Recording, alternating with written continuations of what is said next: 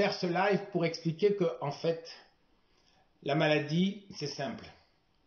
C'est simple, en fait, comme la vie. C'est-à-dire, en fait, c'est quoi la vie?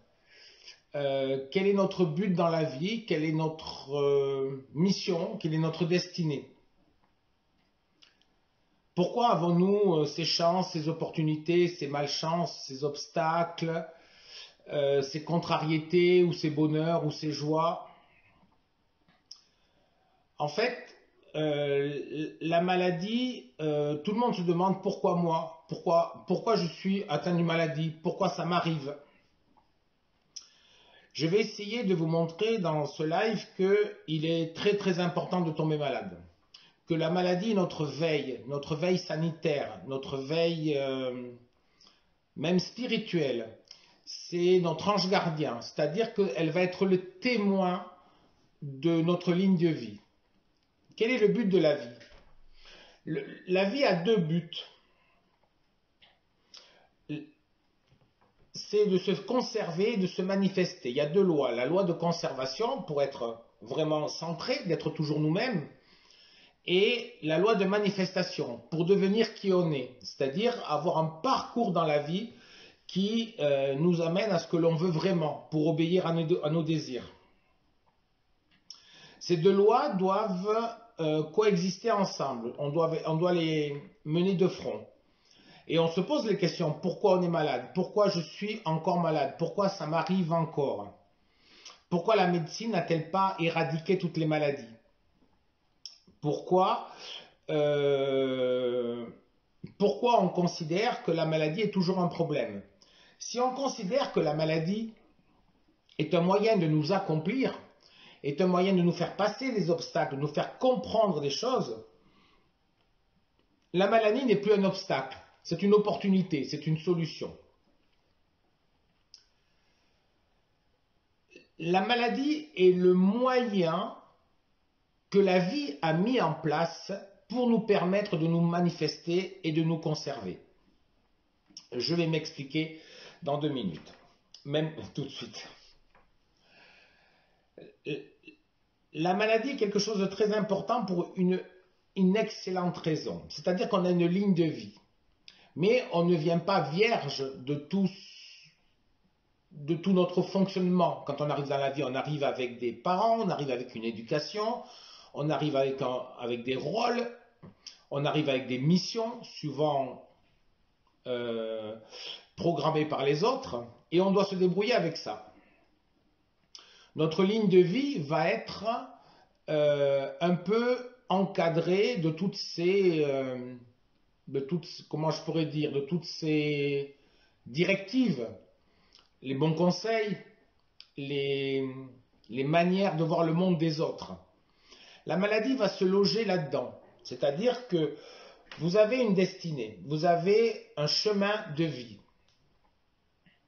que vous allez plus ou moins parcourir de la manière la mieux possible. Dans la mesure où l'éducation vous a formaté d'une manière ou d'une autre, vous allez suivre votre chemin de vie ou le chemin de vie de quelqu'un d'autre. C'est-à-dire que vous allez pouvoir, dans ce chemin, obéir à vous ou à quelqu'un d'autre. C'est-à-dire que la maladie va vous rectifier tout le temps. Elle va vous rectifier sur votre chemin. C'est-à-dire que si vous allez sur une voie qui n'est pas la vôtre, alors qui n'est pas la vôtre, c'est-à-dire c'est les désirs des autres, hein, elle va vous remettre à niveau. Elle va vous permettre, ne serait-ce, mais il faut la comprendre. Alors vous avez 3 sortes je dirais, de maladies primordiales. Vous avez les maladies aiguës qui vont vous mettre sur un chemin en 3 jours, une fièvre, des courbatures, enfin vous connaissez tous les maladies aiguës. Et c'est-à-dire que la maladie va faire le travail à votre place. Vous ne comprenez pas quelque chose, on va prendre exemple, l'enfant qui a 5-6 ans, il est encore pas très autonome, il est très dépendant de maman, et la rougeole va arriver. La rougeole va faire le travail d'autonomie pour lui, elle va le réaxer, et tout de suite après la rougeole, vous voyez un enfant, il va devenir plus autonome, plus aguerri, il va pouvoir sortir dans le jardin s'il en a un, plus vite, plus facilement, il va être moins dépendant des parents. Toutes les maladies aiguës fonctionnent comme ça. Les maladies infantiles sont très importantes. C'est le garant du développement de l'enfant. Ce message de la maladie aiguë va travailler à votre place. Il va faire le boulot à votre place. C'est-à-dire que vous allez avoir une angine, une rougeole, enfin n'importe quelle maladie aiguë, et vous verrez que vous n'aurez pas besoin de comprendre. La maladie va travailler à votre place. Mais la maladie, si elle n'arrive pas à faire ce travail parce que vous êtes dans une ligne de vie qui n'est pas la vôtre, qui n'est pas forcément conforme à ce que vous êtes vraiment, va s'installer ce qu'on appelle la maladie chronique. C'est-à-dire qu'elle va revenir tout le temps, jusqu'à ce que vous compreniez le message. Tout le temps, tout le temps. Et c'est-à-dire qu'elle va...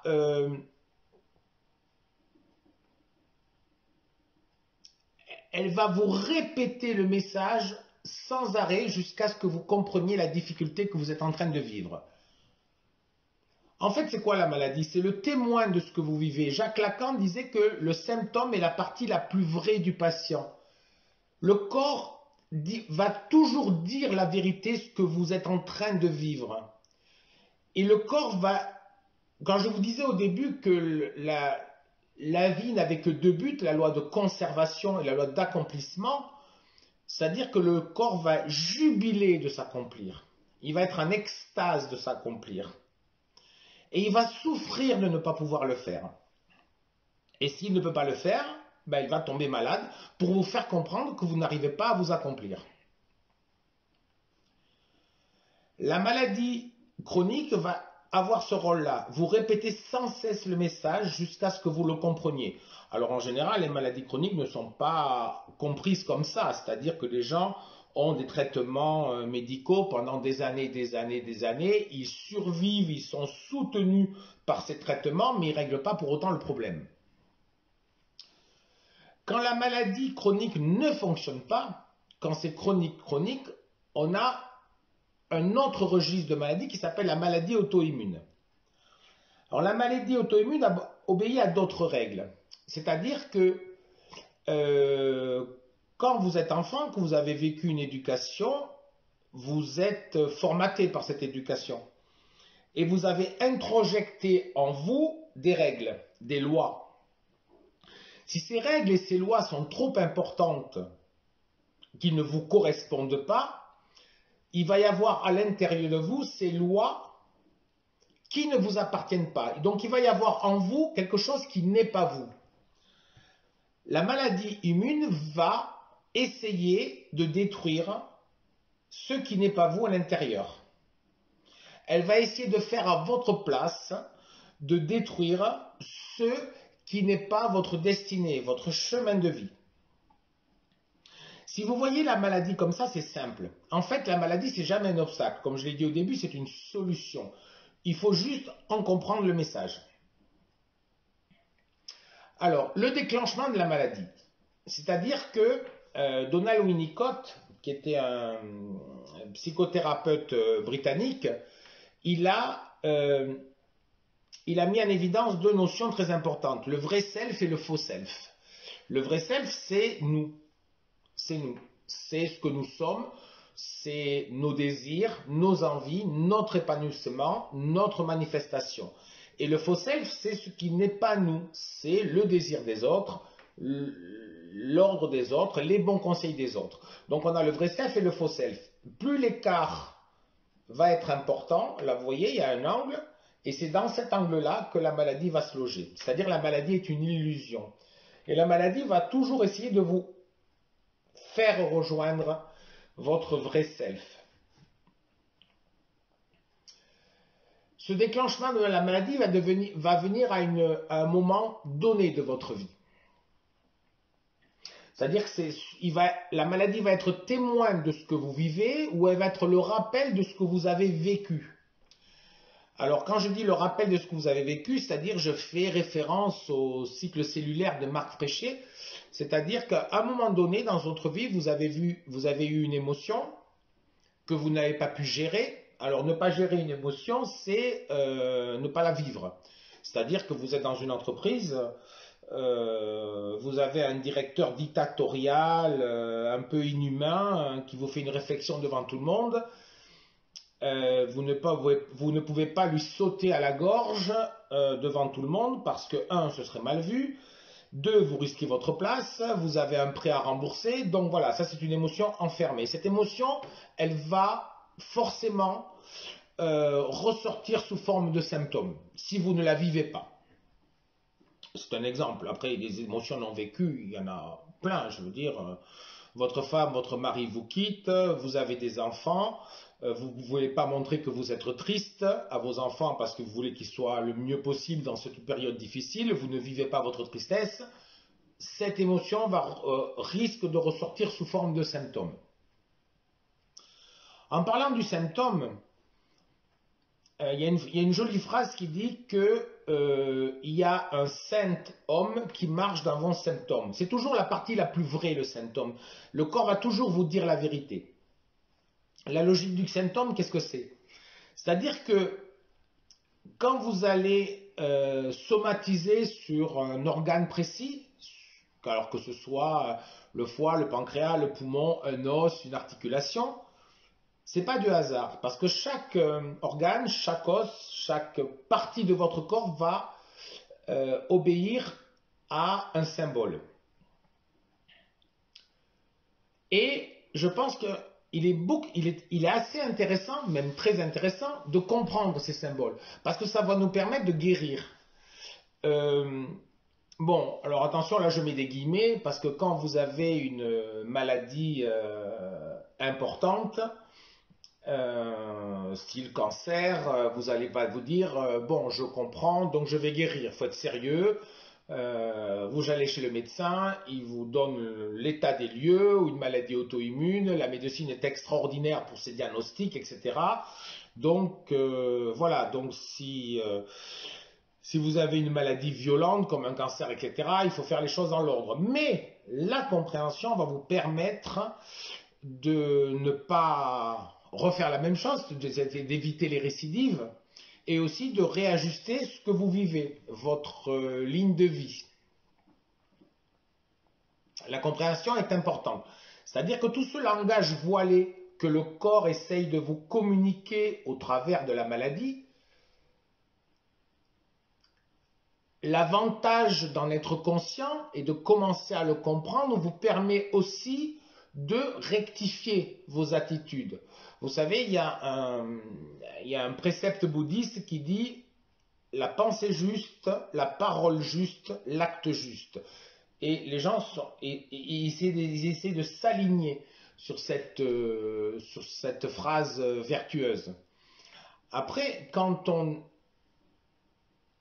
n'est pas soumis à des émotions négatives, ce que Spinoza a appelé les passions tristes, c'est-à-dire la colère, la tristesse, la honte, la culpabilité, on a toute chance de ne pas être malade. C'est-à-dire que pour ne pas être malade, il faut déjà être conscient qu'est-ce qui en nous est vraiment nous, qu'est-ce qui n'est pas nous, faire le tri, ou la phrase de Marc Aurèle, c'est-à-dire que je vais essayer de changer ce que je peux changer, d'adapter à ce que je ne peux pas changer, et surtout faire la différence entre les deux.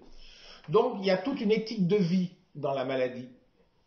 Il y a tout un miracle qui fait que si vous êtes en accord avec ce que vous vivez, ce que vous avez vraiment envie, a priori la maladie ne va pas trop se rappeler à vous.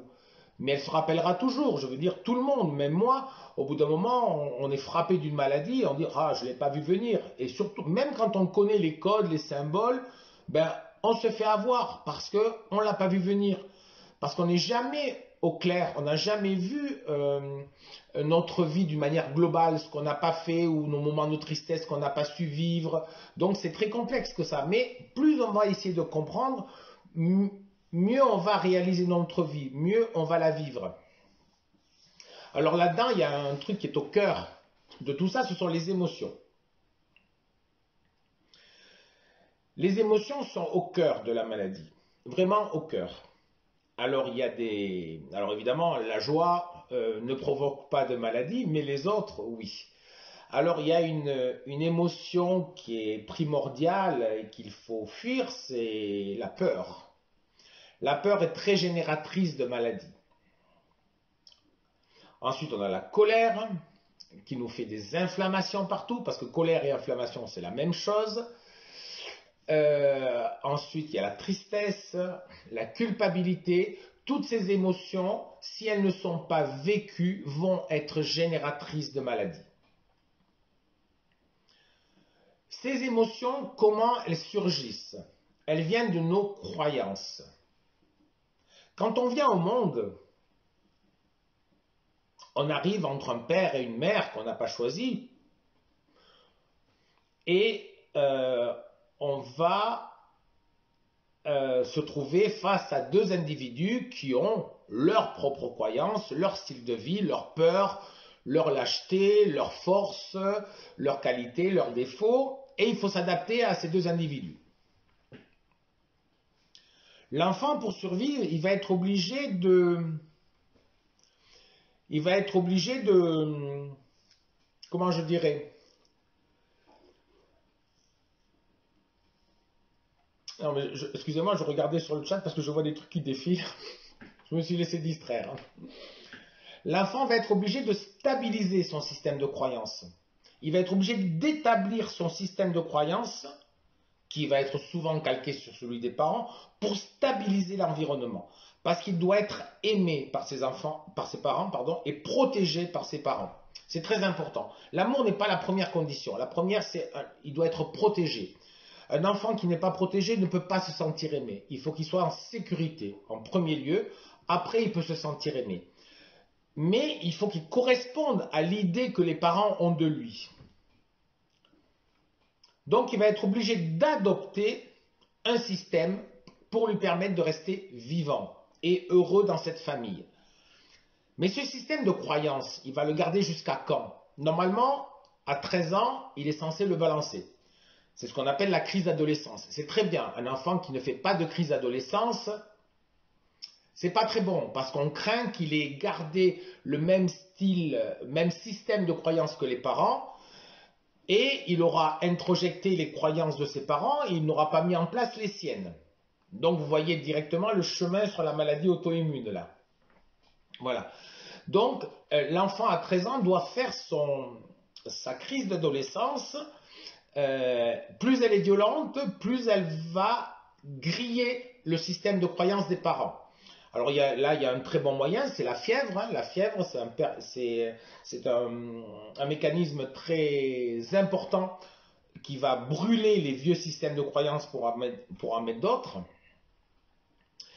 Et ces croyances, normalement, à 21 ans, doivent être rééquilibrées. C'est-à-dire que l'adolescent de 13 à 21 ans doit avoir installé son propre système de croyance. Et à 21 ans, normalement, il part dans la vie. Vous savez, de 0 à 7 ans, c'est la mère qui travaille, de 7 à 13, c'est le père, de 13 à 21, c'est les deux qui emmènent l'enfant dans la vie, à 21. C'est pour ça qu'avant, la majorité était à 21 ans, et à 21 ans, l'enfant peut s'envoler avec la force de ses parents derrière et son système de croyance.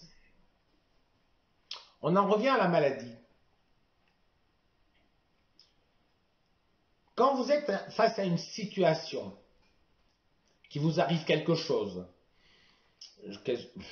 un accident de la vie, alors ça peut être, alors je ne parle pas d'accident de voiture, hein, je parle de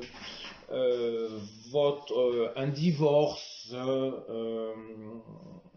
Vous savez que le divorce au niveau échelle de stress, c'est un des plus importants stress dans la vie, en dessous du deuil. Donc c'est très important quand votre femme ou votre mari vous quitte, c'est un stress très important. Mais même quand vous êtes dans la rue, que vous assistez à une scène, vous allez l'interpréter d'une manière bien spécifique. Quel est le schéma qui va vous faire interpréter la scène? C'est votre ressenti de la scène. Le ressenti est propre à chacun. Le ressenti va être la perception de la situation qui vient à vous, en face, qui va passer à travers votre filtre de croyance et qui va donner une émotion, une émotion bien précise. Le filtre de croyance est propre à chacun. Donc la situation, l'acte qui s'est fait dans la rue est le même pour tout le monde, mais tout le monde va le ressentir d'une manière différente. Je prends un exemple. Vous voyez une voiture qui grille la priorité à un scooter conduit par un jeune adolescent. Et l'adolescent tombe avec le scooter. Il y a certaines personnes qui vont se précipiter sur le jeune homme pour savoir s'il va bien. Il y a des gens qui vont se précipiter sur l'homme parce qu'il a une conduite terrible et qu'il ne respecte rien et que c'est un dangereux. Vous voyez, tout le monde va avoir des réactions différentes, propres à son système de croyance. Dans un accident de la route, quand vous recueillez les témoignages des gens qui étaient là, vous n'aurez jamais la même version. Parce que personne n'aura vu la scène d'une manière différente, d'une manière similaire, pardon. Tout le monde aura vu quelque chose, mais de différent. Il ne faut pas oublier que quand on voit quelque chose, on ne voit pas le réel. L'œil va voir une scène, et la scène est reconstruite au niveau cérébral par des signaux électriques. Mais c'est pareil, ces signaux électriques vont passer par votre mode cérébral et votre système de croyance. Donc quand vous voyez un paysage, vous pouvez mettre 50 personnes, personne ne va voir vraiment le même paysage. Parce que la reconstruction électrique des aires postérieures du cerveau, qui sont les aires visuelles, ne va jamais être la même. Donc c'est très important. Le système de croyance il va vous donner une lecture du monde bien précise. Et plus votre système de croyance va vous être propre, plus vous allez être en adéquation avec celui-ci. La maladie, c'est aussi autre chose. C'est les microbes. Alors il faut savoir qu'on a 10 puissance 13 cellules dans le corps, dans tout le corps, hein.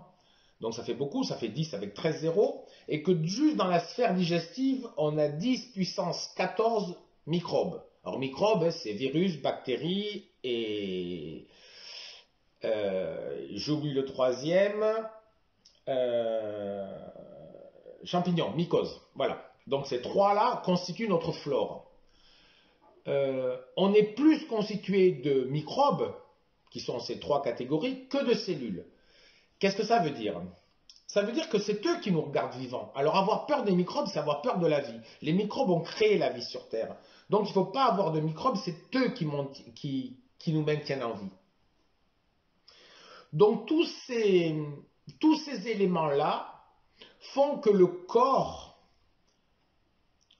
humain est une merveilleuse mécanique qui va vous orienter tout le temps sur votre chemin de vie, votre propre chemin de vie, celui qui vous appartient. Si vous vous égarez sur le chemin de vie de quelqu'un d'autre, la maladie va vous le rappeler. Si vous vous égarez dans des passions tristes, peur, colère, culpabilité, tristesse, le corps va vous le rappeler. Nous sommes des êtres spirituels qui s'incarnons sur terre. Nous sommes faits pour vivre dans la joie, pas dans la colère ou la tristesse. La maladie va vous le rappeler. À nous de comprendre ce message.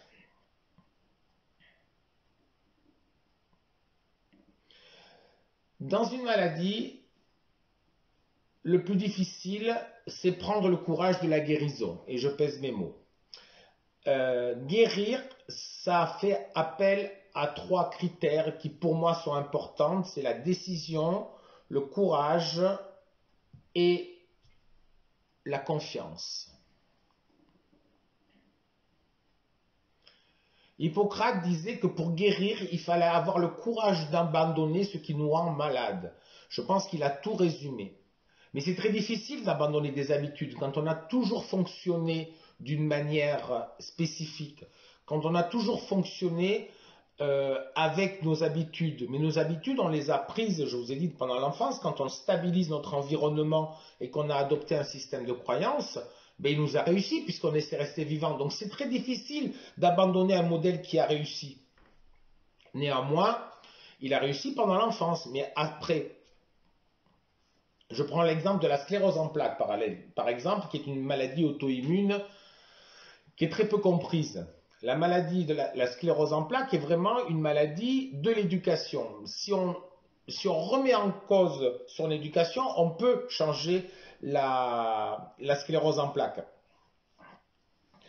Toutes les maladies vont poser comment je pourrais dire, un défi. Est-ce que tu es capable de changer? Est-ce que toute maladie intestinale va nous poser notre question sur une lecture du monde. Toute pathologie articulaire va nous poser une question sur notre mouvement, sur nos actions. Toute maladie du foie va parler de notre colère ou de nos besoins. Toute maladie va être une opportunité de nous remettre dans notre chemin de vie, de nous mettre sur un chemin d'amour et de joie. Si on n'est pas sur ce chemin-là, on est susceptible de nous faire rappeler à l'ordre par une maladie. Quelle qu'elle soit la maladie, quelle qu'elle soit. Alors, quand je vous ai parlé des maladies aiguës, maladies chroniques, maladies auto-immunes, et puis aussi, il y a une maladie qui s'appelle le cancer. C'est très difficile de parler de cancer. C'est très douloureux. Parce que bon nombre de familles sont confrontées à ça. Et c'est un sujet, je m'en suis aperçu au fur et à mesure des années, et depuis que je suis thérapeute, ça fait maintenant 16 ans, que c'est très difficile d'aborder ce sujet parce que le cancer est un sujet douloureux et c'est une sanction de mort pour la plupart des gens. Quand vous dites à quelqu'un, ben, vous avez un cancer, dans la tête, c'est je vais mourir. Pourtant, le cancer, c'est une maladie qui va parler d'un organe bien précis et un organe qui va se mettre en, comment je dirais, dans l'organisme humain, tous les organes communiquent ensemble, tous, en permanence. Il y a des échanges cellulaires par les neurotransmetteurs, par les hormones, par tous les microbes. Et c'est un fabuleux ensemble qui fonctionne de concert, tout le temps. Alors il y a des glandes reines comme la thyroïde. La thyroïde est une glande qui parle à tous les organes en même temps. Après, il y a des secteurs qui sont bien précis. Le rein fonctionne avec le cœur, etc., etc. Après, il y a des binômes qui sont plus privilégiés. Néanmoins, le cancer va être un organe qui va évoluer pour lui-même. Il va se mettre à l'écart de tout le monde et il va devenir autonome, c'est-à-dire qu'il va plus vouloir entendre parler des autres organes, ce qui le rend dangereux. Mais le cancer, c'est pareil. Je veux dire, quand on comprend, ça évite qu'il soit grave et des récidives. Mais c'est pareil. Si vous avez un cancer, vous n'allez pas voir un thérapeute, un naturopathe, un magnétiseur. Non, encore une fois, il faut être sérieux. Vous allez aux urgences ou voir votre médecin, un oncologue qui vous fait le bilan, qui vous donne un protocole de guérison. Et puis après, les thérapeutes comme moi, on vient à côté pour vous faire comprendre ce que vous vivez, ce que le cancer veut vous dire. Donc, il faut être sérieux. Quand vous avez un rhume, une angine, vous pouvez aller voir un thérapeute. Mais bon, ces maladies sont importantes et il faut quand même être sérieux. C'est-à-dire que la médecine a sauvé énormément de vies, même si les antibiotiques ne sont pas extraordinaires, qui détruisent la flore intestinale, que les médecins peut-être en prescrivent trop. Même tout ça, les antibiotiques ont sauvé beaucoup de vies.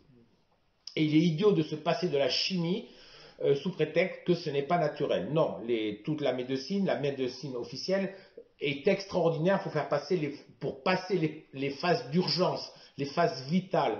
Après, on peut sereinement s'occuper d'une maladie et essayer de faire comprendre quel est le message de la maladie. Donc, il faut bien remettre les choses à leur place. Qu'est-ce que je peux vous dire encore de la maladie? La maladie est un message fabuleux qui va essayer de nous rendre meilleurs tout le temps. Parce que c'est quoi le but de la vie? Le but de la vie, c'est que l'homme doit déjà réaliser son imperfection et que le but de la vie, c'est peut-être aussi, à l'automne de sa vie, c'est-à-dire de dire que peut-être, est-ce que le monde est meilleur maintenant qu'avant ma naissance? Est-ce qu'après ma mort, j'aurais contribué ne serait-ce qu'à quelques gouttes d'eau pour améliorer cette humanité? Est-ce que c'est quoi mon but? C'est quoi ma vie? C'est quoi ma destinée? Est-ce que je vais tout faire pour apporter mon grain de sel, ma contribution, et ne pas rester dans mon précaré avec ma petite propriété? Qu'est-ce que je peux amener au monde? Parce qu'on est tous reliés, on n'est pas un seul face aux autres, on est tous reliés. Qu'est-ce que je peux amener à cette communauté dont je fais partie des hommes? Voilà, je pense que si on voit la vie comme témoignage, comme amour universel, comme don permanent, en essayant de faire le mieux de soi. Alors il y a une très jolie règle qu'ils appellent les accords Toltec, c'est-à-dire le premier c'est toujours avoir une parole impeccable, ça c'est pas toujours facile, suivant les réactions, faire de son mieux, ne jamais faire de suppositions et ne jamais rien prendre d'une manière personnelle. Déjà ces 4 accords-là, ce sont des belles règles de vie et qui nous permettent de devenir meilleurs, qui nous permettent de faire de son mieux tout le temps. Plus ce que je vous ai dit au début, c'est-à-dire de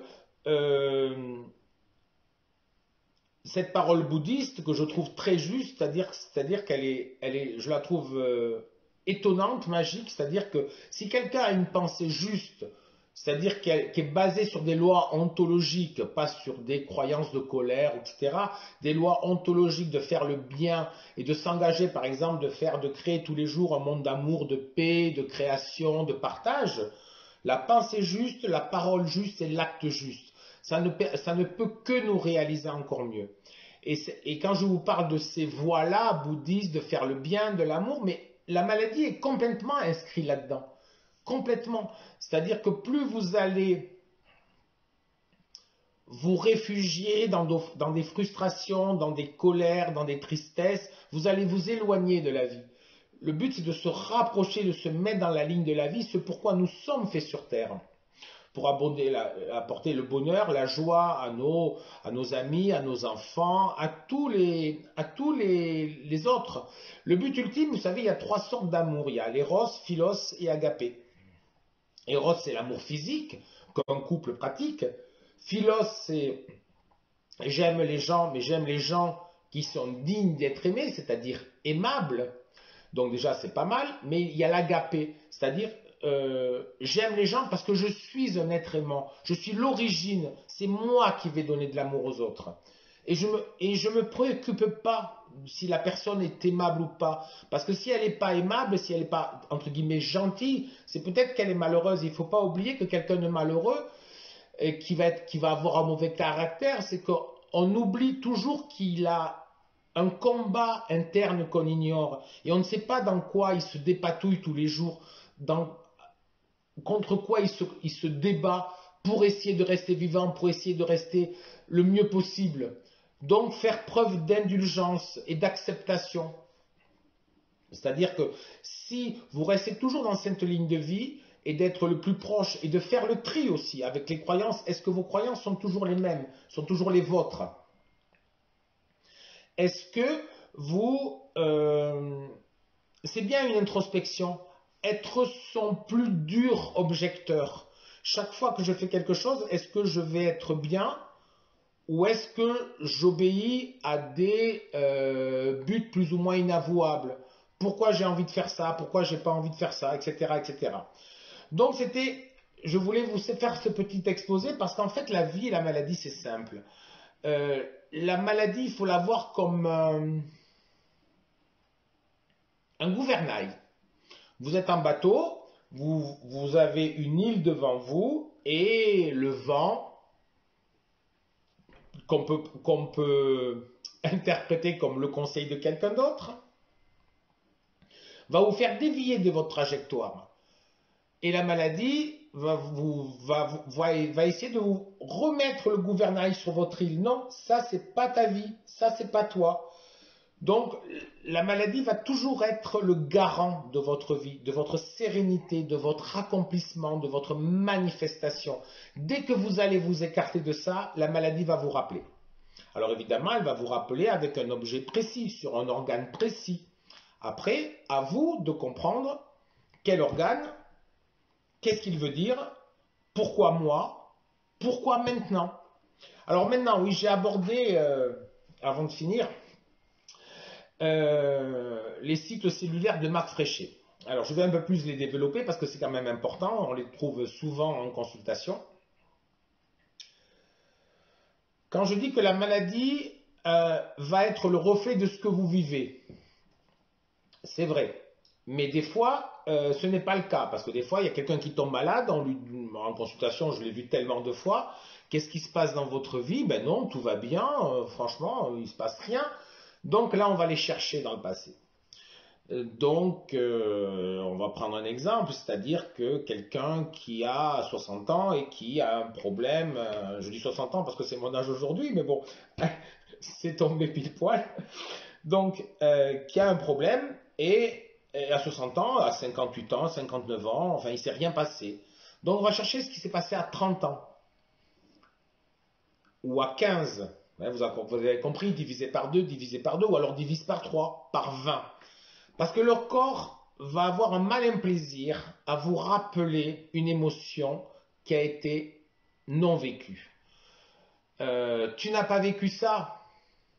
Eh bien écoute, tu as 10 ans, ouais, tu n'as pas vécu la séparation de tes parents.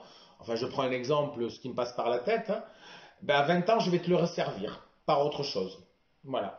Et là, j'ai eu un monsieur en consultation il n'y a pas longtemps, à 69 ans, lui c'était un cycle de 10, on peut tout trouver, après il faut juste essayer de comprendre.